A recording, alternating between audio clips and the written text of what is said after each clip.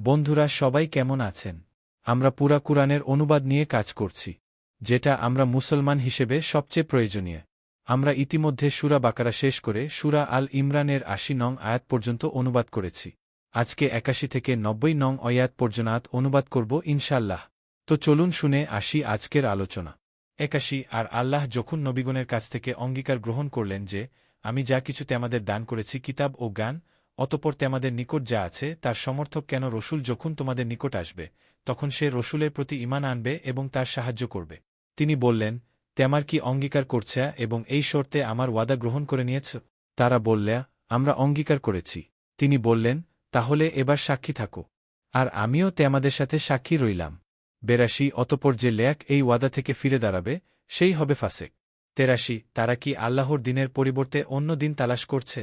আসমান ও জমিনে যা কিছু রয়েছে স্বেচ্ছায় হ্যাক বা অনিচ্ছায় হ্যাক, তারই অনুগত হবে এবং তার দিকেই ফিরে যাবে।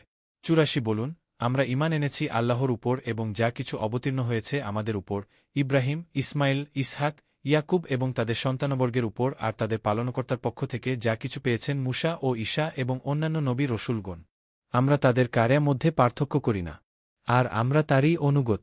৮৫ যে লোক ইসলাম ছাড়া অন্য কেন ধর্ম তালাশ করে, কসমিনকালেও তা গ্রহণ করা হবে না এবং আখিরাতে সে হবে ক্ষতিগ্রস্ত। ৮৬ কেমন করে আল্লাহ এমন জাতিকে হিদায়াত দান করবেন, যারা ঈমান আনার পর এবং রসুলকে সত্য বলে সাক্ষ্য দেয়ার পর এবং তাদের নিকট প্রমাণ এসে যাওয়ার পর কাফের হয়েছে? আর আল্লাহ জালিম সম্প্রদায়কে হেদায়েত দান করেন না। ৮৭ এমন লোকদের শাস্তি হলে এদের প্রতি আল্লাহ, ফেরেশতাগণ এবং মানুষ সকলেরই অভিসম্পাত। ৮৮ সর্বক্ষণই তারা তাতে থাকবে, তাদের আয়াব হালকাও হবে না এবং তারা অবকাশও পাবে না। ৮৯ কিন্তু যারা অতঃপর তোবা করে নেবে এবং সৎকাজ করবে তারা ব্যতীত, নিশ্চয় আল্লাহ ক্ষমাশীল ও পরম দয়ালু।